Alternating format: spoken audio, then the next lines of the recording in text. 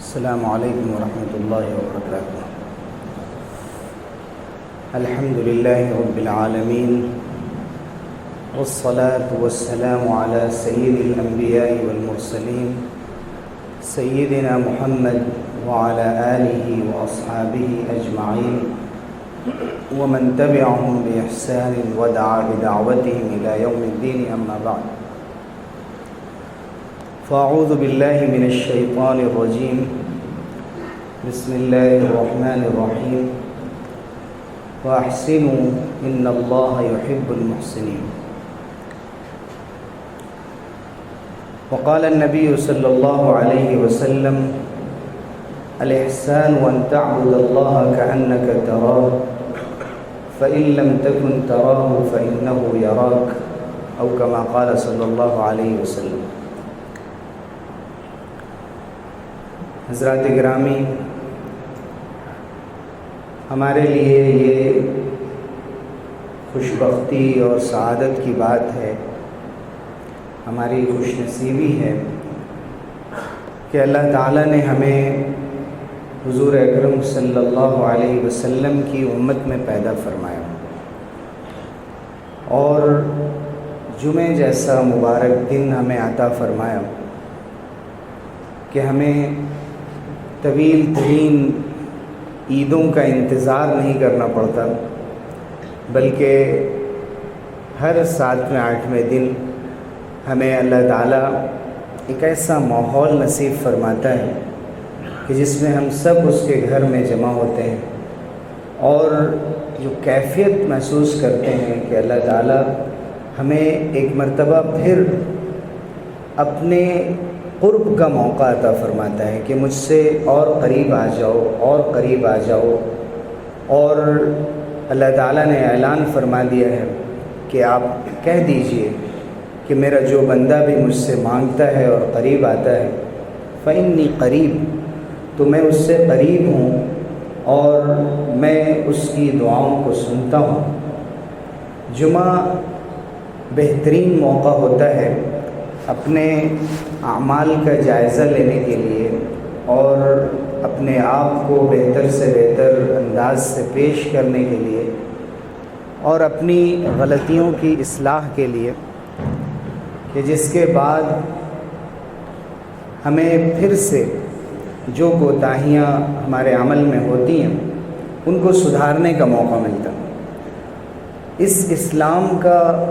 امتیاز یہ ہے کہ اس نے ہر پہلو سے ہماری رہبری کی ہے، اور حضور اکرم صلی اللہ علیہ وسلم نے اپنی سنتوں کے ذریعے، اپنے عمل کے ذریعے ان کو کر کے دکھایا۔ ان میں ایک اسلام کا ایک مطالبہ یہ ہے اہل اسلام سے اور مسلمانوں سے، اور حضور اکرم صلی اللہ علیہ وسلم نے اپنے اولین شاگردوں سے جو صحابہ کرام رضی اللہ عنہم اجمعین تھے ان سے ہمیشہ یہ مطالبہ کیا اور ان کو ابھارا، ان کو سمجھایا کہ دیکھو، جو بھی کام کرو کمال کے ساتھ کرو، بہتر سے بہتر انداز سے کرو، اتقان کے ساتھ کرو، اس میں پرفیکشن ہونا چاہیے، اس میں کمی نہیں ہونی چاہیے۔ حضور اکرم صلی اللہ علیہ وسلم نے صحابہ کو صرف یہ نہیں سکھایا تھا کہ وسائل اختیار کیے جائیں اور زیادہ سے زیادہ ریسورسز ہوں تو اس کے مطابق ہمارے کام بھی بہتر سے بہتر ہو سکے، بلکہ آپ نے یہ سکھایا کہ جب کم سے کم ریسورسز ہوں یا بالکل نہ ہوں، اس کے باوجود بھی کسی کام کو بہتر سے بہتر انداز سے کیسے کریں۔ اگر آپ ایک عالم ہیں، ایک حافظ ہیں، تو بہتر سے بہتر، جید سے جید حافظ بننا ہے۔ عالم ہیں تو آپ کو قرآن کا اور حدیث کا علم بڑھاتے رہنا ہے، اس میں اضافہ کرتے رہنا ہے، مطالعہ کرتے رہنا ہے، اسٹڈی جاری رکھنی ہے۔ یہ نہیں ہے کہ ہم نے یہ سمجھ لیا کہ ہمیں تو علم آ گیا اور میں باکمال ہو گیا، اس سے زیادہ مجھے علم کی ضرورت نہیں ہے۔ ہم نے تجوید سیکھ لی، ہم یہ سمجھنے لگے کہ ہم چند آیتیں قرآن کی اچھی طرح پڑھ لیتے ہیں، یہ کافی ہے اور اس سے تو میری نماز ہو جاتی ہے،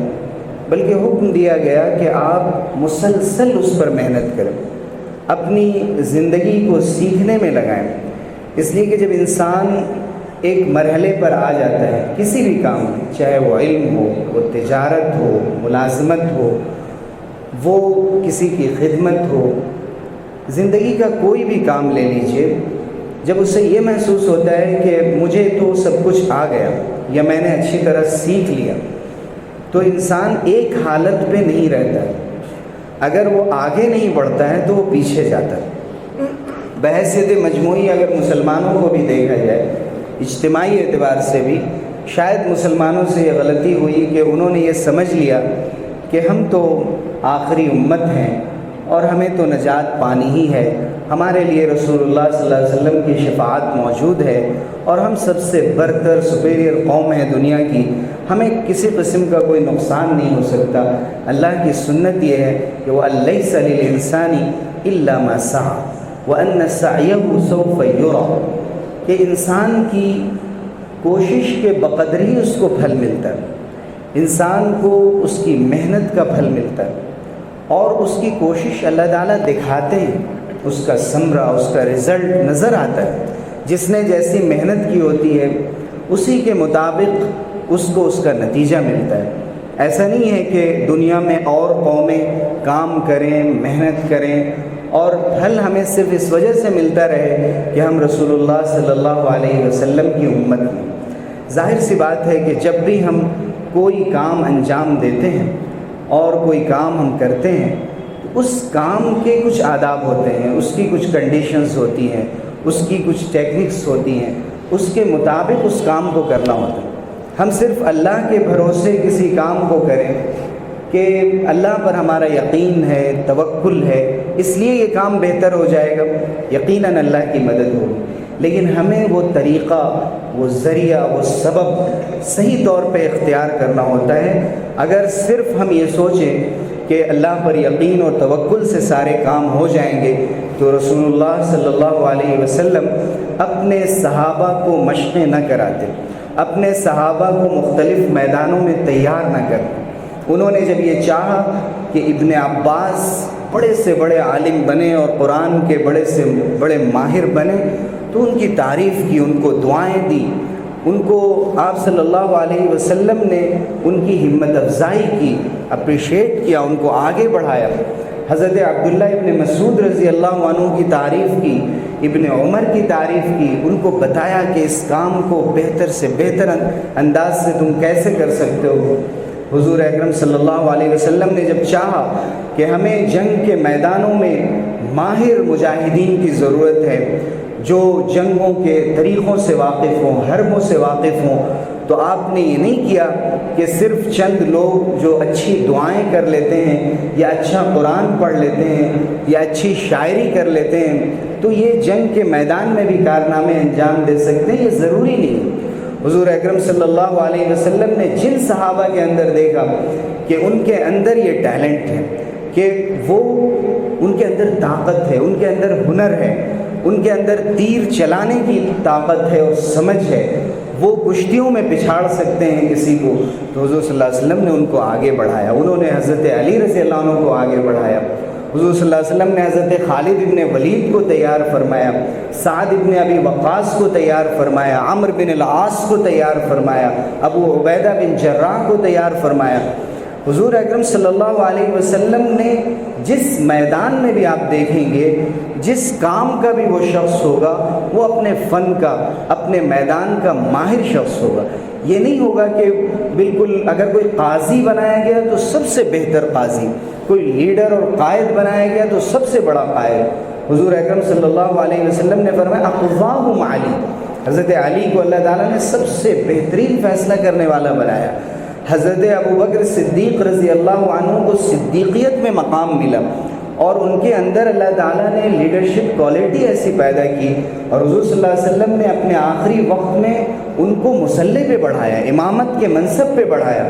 لوگوں نے کہا بھی کہ ابو بکر کو رونا آ جاتا ہے قرآن سن کر اور قرآن پڑھ کر، وہ کیسے امامت کر سکتے ہیں؟ حضور نے فرمایا کہ ڈسٹرب مت کرو، میں جو کہہ رہا ہوں وہ کرو، اور تم اس طرح سے اپنی ازواج مطہرات سے، گھر کی خواتین سے خاص طور سے فرمایا کہ یوسف کے واقعے میں جیسے عورتوں نے معاملے کو خراب کیا تھا، تم لوگ معاملے کو خراب مت کرو، اور میں جو کہہ رہا ہوں ابو بکر کو آگے بڑھنے دو، چونکہ حضور صلی اللہ علیہ وسلم جانتے تھے کہ ابو بکر کو میں نماز کے لیے آگے بڑھاؤں گا تو قوم یہ سمجھے گی اور سبق لے گی کہ زندگی کی پورے معاملات کے لیے اور حکمرانی کے لیے چھوٹی امامت سے بڑی امامت کی طرف اشارہ ملے گا اور لوگ ان کو اپنا خلیفہ چنیں گے۔ تو حضور اکرم صلی اللہ علیہ وسلم نے،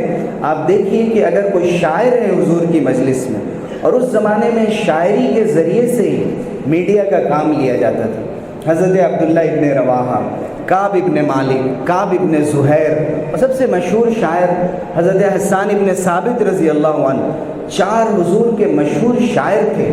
کہ جب اسلام پر کوئی بات آتی تھی اور شاعری کے ذریعے سے اسلام کو چوٹ پہنچانے کی کوشش کی جاتی تھی، تو حضور کے جو صحابہ شاعر تھے جب شعر سے اس کا جواب دیتے تھے تو اعتراف کرتے تھے لوگ کہ ان سے بہتر شاعر ہمارے پاس نہیں ہے۔ حضور اکرم صلی اللہ علیہ وسلم نے اپنی مجلس میں کچھ خطیب مقرر کر رکھے تھے۔ حضرت ثابت ابن قیس ابن شماس رضی اللہ عنہ حضور صلی اللہ علیہ وسلم کے خطیب تھے، ان کی آواز بلند تھی۔ جب بنو تمیم سن 9 ہجری میں حضور صلی اللہ علیہ وسلم کے پاس آئے، بہت سے ڈیلیگیشنز آئے، اس کو عام الوفود کہا جاتا ہے، وفد کے آنے کا سال، دور دراز سے حضور صلی اللہ علیہ وسلم کے پاس جماعت در جماعت لوگ آتے اور دیکھنے کو اور سمجھنے کی کوشش کرتے کہ کون سا دین ہے کہ جس نے اپنے کمال کا سفر طے کیا ہے۔ اور حضور اکرم صلی اللہ علیہ وسلم کے پاس جب بنو تمیم آئے اور بہت سی باتوں میں ان سے مذاکرہ ہوا، بحث ہوئی، ڈائلاگ ہوئے ان کے آپس میں،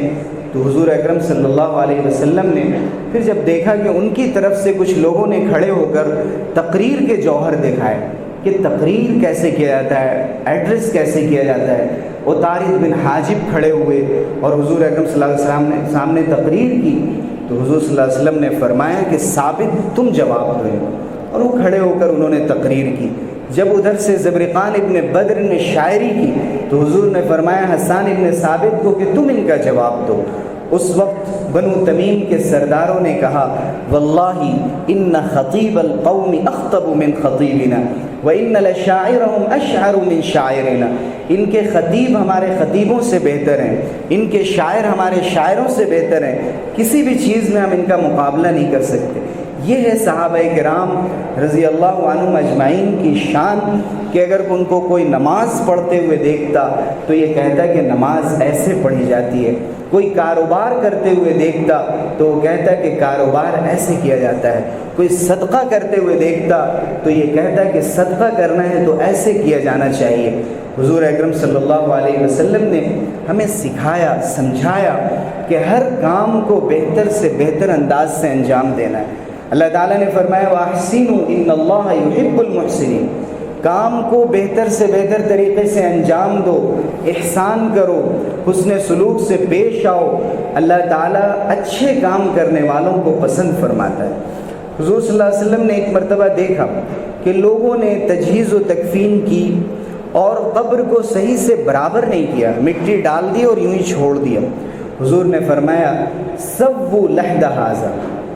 کہ اس شخص کی قبر کو برابر کرو۔ صحابہ نے پوچھا کہ کیا یہ سنت ہے، کیا یہ ضروری ہے؟ تو حضور اکرم صلی اللہ علیہ وسلم نے فرمایا کہ ایسا تو نہیں ہے، اما انہ لا ينفع المیت ولا یضر المیت، تم اگر مٹی کو اچھی طرح برابر کر دو گے تو ظاہر ہے کہ اس سے میت کو کوئی فائدہ ہونے والا نہیں ہے کہ اس کے عمل میں کوئی اضافہ ہو جائے گا یا اس کو سوال جواب میں کوئی آسانی ہو جائے گی، لیکن حضور صلی اللہ علیہ وسلم نے ایک دستور بتایا۔ بیہقی کی شعب الایمان مشہور حدیث کی کتاب ہے جن میں اخلاق اور آداب کی حدیثیں جمع کی گئی ہیں، اس میں یہ حدیث آئی ہے، حضور صلی اللہ علیہ وسلم نے فرمایا ان اللہ یحب اذا عمل احدکم عملا ان یتقنہ، کہ اللہ تعالیٰ کو یہ پسند ہے کہ تم میں سے جب کوئی بھی کام انجام دے تو اس کام کو پرفیکشن کے ساتھ، اعلیٰ کارکردگی کے ساتھ، اچھے سے اچھے انداز سے انجام دے۔ دیکھنے میں بھی وہ چیز اچھی لگے،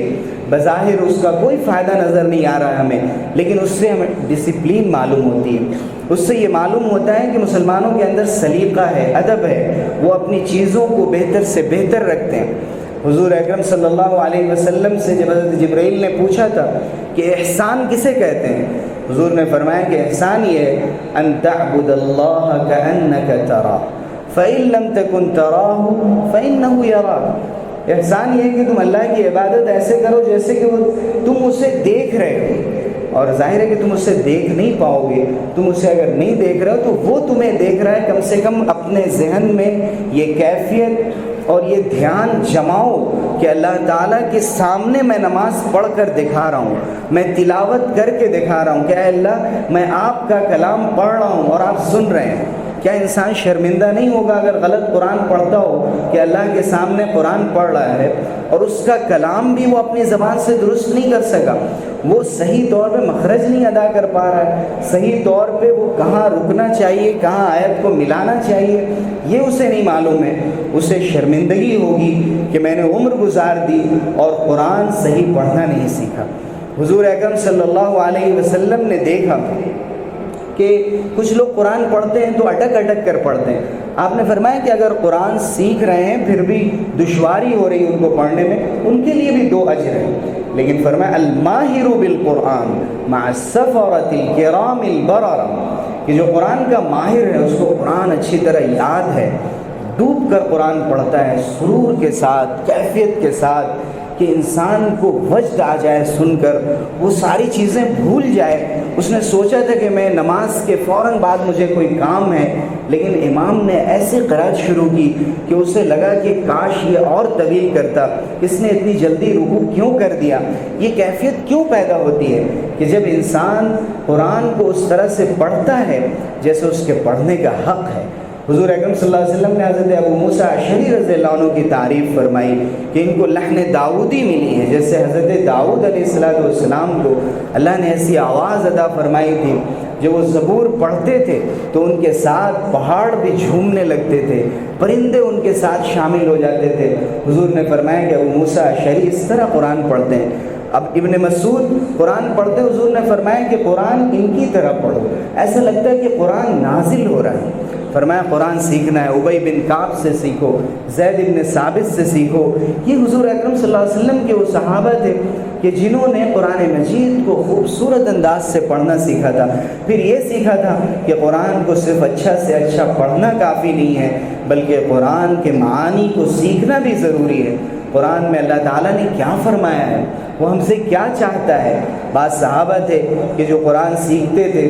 اور اس کے بعد جب تک اس پر عمل نہیں شروع کر دیتے تھے، ان آیات پر، ان صورتوں پر، وہ دوسری سورہ نہیں سیکھتے تھے، اس لیے کہ اس سورہ کے اندر جو بات کہی گئی ہے ہماری زندگی میں اس پر عمل ہی شروع نہیں ہوا تو ہم نے ان آیتوں کا اور ان صورتوں کا حق نہیں ادا کیا۔ بعض ایسے بزرگان دین گزرے ہیں کہ جن کو جب نماز کے مسائل سمجھا دیے گئے اور زکوٰۃ کا چیپٹر شروع کیا گیا تو انہوں نے کہا کہ میں تو غریب آدمی ہوں، میرے اوپر زکوٰۃ نہیں ہے، اس لیے زکوٰۃ کے مسئلے ہم بعد میں پڑھیں گے، ابھی مجھے اپنی نماز صحیح کرنے دیجیے۔ اس لیے کہ جب ہم نے نماز کا مسئلہ پڑھ لیا لیکن اس کو اپنی زندگی میں نافذ نہیں کر سکے، اپنی نماز کو بہتر نہیں بنا سکے تو اس کا کیا فائدہ۔ حضور اکرم صلی اللہ علیہ وسلم ایک مرتبہ مسجد میں داخل ہوئے اور ایک شخص نے نماز کے بعد آپ کو سلام کیا، آپ نے جواب دیا، پھر آپ نے فرمایا کہ ارجع فصلی فإنک لم تصلی، جاؤ نماز پڑھو، تم نے نماز نہیں پڑھی۔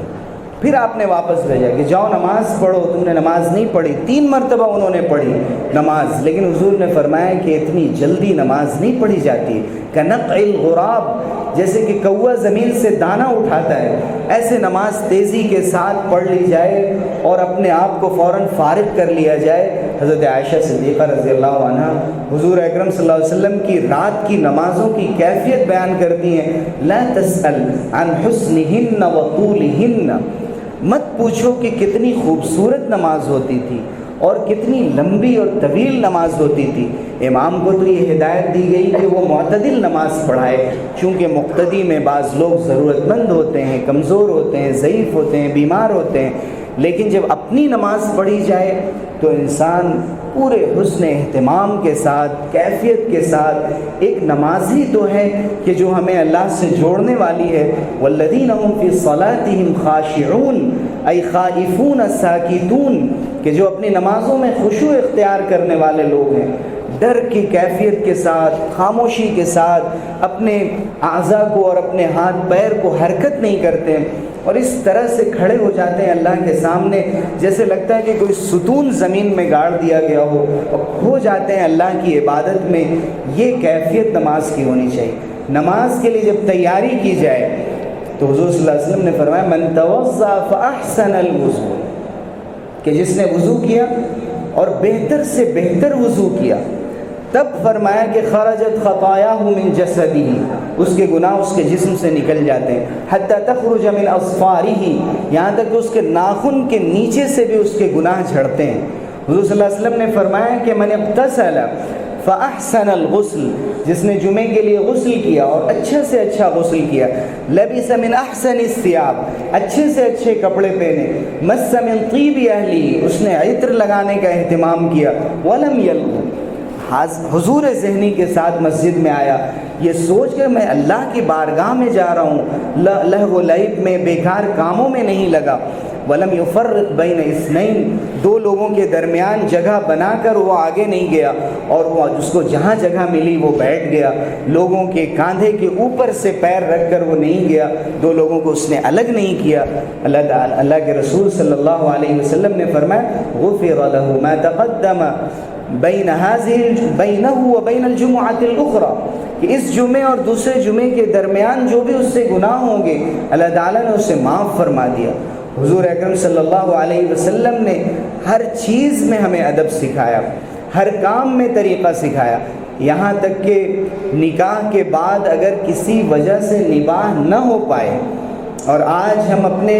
مزاج کی خرابی کی وجہ سے اور اس وجہ سے کہ ہمارے اندر ایگو پیدا ہو جاتا ہے، ہم کسی کی بات برداشت نہیں کرتے، ہم دیکھنے لگتے ہیں کہ میں کس وجاہت کا اور کس منصب کا آدمی ہوں، لوگ اپنی زبان سے کہتے ہیں تمہیں پتہ بھی ہے تم کس سے بات کر رہے ہو۔ یہ جو غرور انسان کے اندر پیدا ہو جاتا ہے، انانیت پیدا ہو جاتی ہے، اس کی وجہ سے وہ رحم کرنے کے لائق نہیں رہتا، پھر اس کے دل سے رحم کھینچ کر نکال لیا جاتا ہے، دل اس کا سخت ہو جاتا ہے، پھر جب زبان انسان کی چلتی ہے تو پھر وہ طلاق کے الفاظ بولنے میں بھی شرم محسوس نہیں کرتا،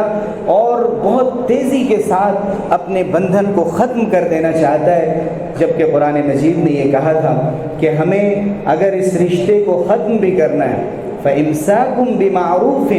أَوْ تَسْرِيحٌ بِإِحْسَانٍ، اگر اس رشتے کو باقی رکھنا ہے تو نیکیوں کے ساتھ، اچھائیوں کے ساتھ، ایک دوسرے کے کام آتے ہوئے، اور اگر اس رشتے کو ختم کرنا ہے تو بھی خوبصورتی کے ساتھ۔ ایک عورت ہے جس کو اپنے شوہر کا مزاج پسند نہیں ہے، یا اس کے شوہر کی آمدنی کے اوپر وہ قانع نہیں ہے، وہ چاہتی کہ میرے اسٹینڈرڈ کے مطابق وہ بہتر سے بہتر کما کر مجھے دے، میرے مزاج کے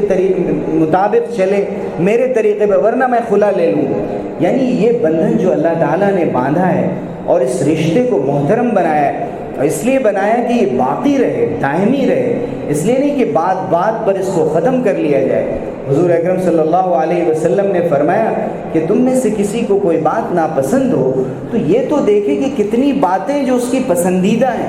وہی عورت ہے جو دسترخوان پر اچھے کھانے لگا کر دیتی ہے، یہی مرد ہے جو اچھے کپڑے لا کر دیتا ہے، اس وقت تو وہ بہت اچھا ہوتا ہے۔ لیکن ایک بات جو مزاج کے خلاف ہو جائے، کوئی بات ایسی کہ جو اپنی پسند کے خلاف ہو گئی، یہ شوہر ہے، بیوی ہے، جو ایک دوسرے سے قریب ہیں، ایک دوسرے کا لباس ہیں،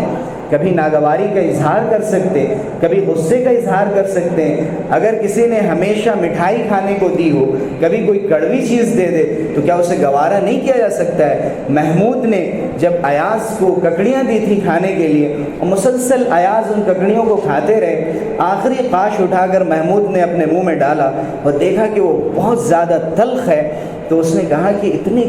کڑوی ککڑی تم نے کیسے کھا لی؟ تو اس وقت ایاز نے کہا کہ جس کی طرف سے ہمیشہ شیرینی ملی ہو، ہمیشہ جس کی طرف سے مجھے ہمیشہ شفقت ملی ہو، اگر کبھی اس کی طرف سے تھوڑی سی تلخی مل جائے، ڈانٹ مل جائے، تھوڑی سی کوئی چیز ایسی مل جائے جو مجھے پسند نہیں ہے، تو میری یہ بہت احسان فراموشی ہوگی کہ میں اسے ناپسند کروں، اسی لیے میں نے خاموشی سے برداشت کر لیا۔ یہ وہ دور ہے جس میں شاگرد اپنے استاد کی پسندیدہ باتیں چاہتا ہے، کوئی ایسی بات نہیں چاہتا کہ وہ اس کی مرضی کے خلاف ہو۔ استاد کو شاگرد کے مطابق چلنا پڑتا ہے، باپ اور ماں کو اپنے بچوں کے مطابق چلنا پڑتا ہے، ساس کو اپنی بہو اور داماد کے مطابق چلنا پڑتا ہے، اور شوہر کو اپنی بیوی کے مطابق چلنا پڑتا ہے۔ خرد کا نام جنو پڑ گیا، جنو کا خرد،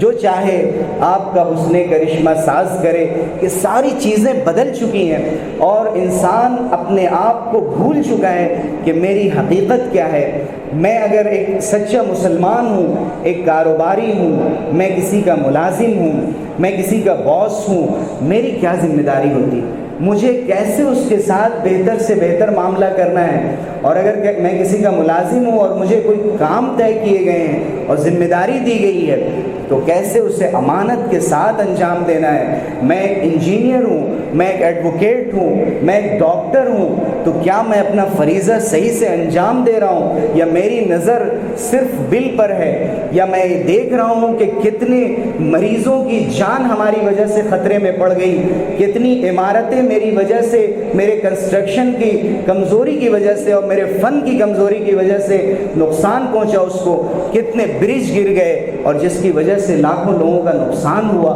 یہ وہ چیزیں ہیں جو پرفیکشن میں کمی کی وجہ سے آتی ہیں، اور انسان کو کسی کام کو جب وہ اپنا کام نہیں سمجھتا ہے، جب اس کے اندر اخلاص کی کیفیت اور جذبہ نہیں ہوتا ہے، جب وہ صرف روٹین کے لیے اور صرف فارمولیٹی کے لیے کسی کام کو کرتا ہے اور بوجھ اتارنے کے لیے کرتا ہے، تو پھر کسی کام کو بھی صحیح طور پہ انجام نہیں دے سکتا۔ حضور اکرم صلی اللہ علیہ وسلم نے ہر میدان میں یہ فرمایا کہ انسان ہر کام کو بہتر سے بہتر انداز سے کرے۔ دنیا کما رہا ہو تو اسے بہتر طریقے پہ کمائے، اگر وہ کہیں ملازمت کر رہا ہے، اگر وہ تعلیم حاصل کر رہا ہے، وہ ایک اسٹوڈنٹ ہے تو اچھا سے اچھا اسٹوڈنٹ ہو، اگر وہ کوئی ایگزام دے رہا ہے تو وہ اچھے رینک لانے کی کوشش کرے، اگر وہ مسجد میں آ رہا ہے تو مسجد کے حقوق ادا کرے، جس کام کو بھی وہ انجام دے رہا ہے۔ اور ایک ساتھ یہ سارے کام بہتر طریقے پر کیے جا سکتے ہیں اگر انسان نیت کر لے اور سوچ لے کہ اللہ کے یہاں مجھ سے ہر چیز کی پوچھ ہوگی۔ وہ ایک اچھا نمازی بھی ہو، ایک اچھا حاجی بھی ہو، وہ روزے رکھتا ہو تو ایک اچھا روزے دار ہو، زکوٰۃ دیتا ہو تو اچھے مال میں سے دیتا ہو۔ حضور اکرم صلی اللہ علیہ وسلم نے جس کی تعلیم دی قرآن میں، انفقوا من طیبات ما کسبتم، اچھے مال میں سے خرچ کرو، اتموا الحج والعمرۃ للہ، حج اور عمرے کو مکمل کرو، کسی بھی کام کو ناقص نہ رہنے دو۔ تو جس میدان میں بھی مسلمان ہو اس میدان میں وہ اپنی چھاپ چھوڑ دے، اپنا نام اور کام چھوڑ دے۔ وہ جس آفس میں ہو، جس دفتر میں ہو، جب وہ ریٹائرمنٹ لے تو لوگ برسوں اور عرصہ دراز تک اس کو یاد کریں کہ یہ وہ شخص تھا جو کبھی رشوت کی طرف نظر اٹھا کر نہیں دیکھتا تھا، یہ وہ شخص تھا جو اپنے کھانے میں غریبوں کو شریک کرتا تھا، یہ وہ شخص تھا جو وقت پر مجھے میری مزدوری دے دیا کرتا تھا، اور یہ وہ شخص تھا جو کرسی پر بیٹھ کر کرسی کا غلط استعمال نہیں کرتا تھا۔ یہ وہ چیزیں ہیں جو پورے معاشرے کو فائدہ دیتی ہیں، ہمیں بھی اور دوسروں کو بھی، اور اس کی وجہ سے یہ خوبصورت معاشرہ تشکیل پاتا ہے اور اسلام کا تعارف ہوتا ہے۔ سب سے پہلے ہم اسلام کے نمائندے ہیں اور ایک اچھا میسج جاتا ہے۔ اللہ تعالی ہم سب لوگوں کو توفیق سے نوازے اور بہتر سے بہتر کاموں کی توفیق دے۔ توفیق ہمیشہ اللہ کی جانب سے ہے، اللہ تعالی ہمیں کبھی بھی اپنی توفیق سے محروم نہ فرمائے۔ آمین وآخر دعوانا الحمدللہ رب العالمین۔ کل کے لیے ایک اعلان تھا، مجھے ریمائنڈ کرنا تھا کہ کل سے انشاءاللہ مغرب کے بعد یہاں اسلامی تاریخ اور موجودہ حالات کے اوپر ایک لیکچر کی سیریز شروع ہو رہی ہے، کل اس کا آغاز ہے۔ آپ حضرات سے گزارش ہے کہ ضرور تشریف لائیں، لیڈیز کا بھی انتظام۔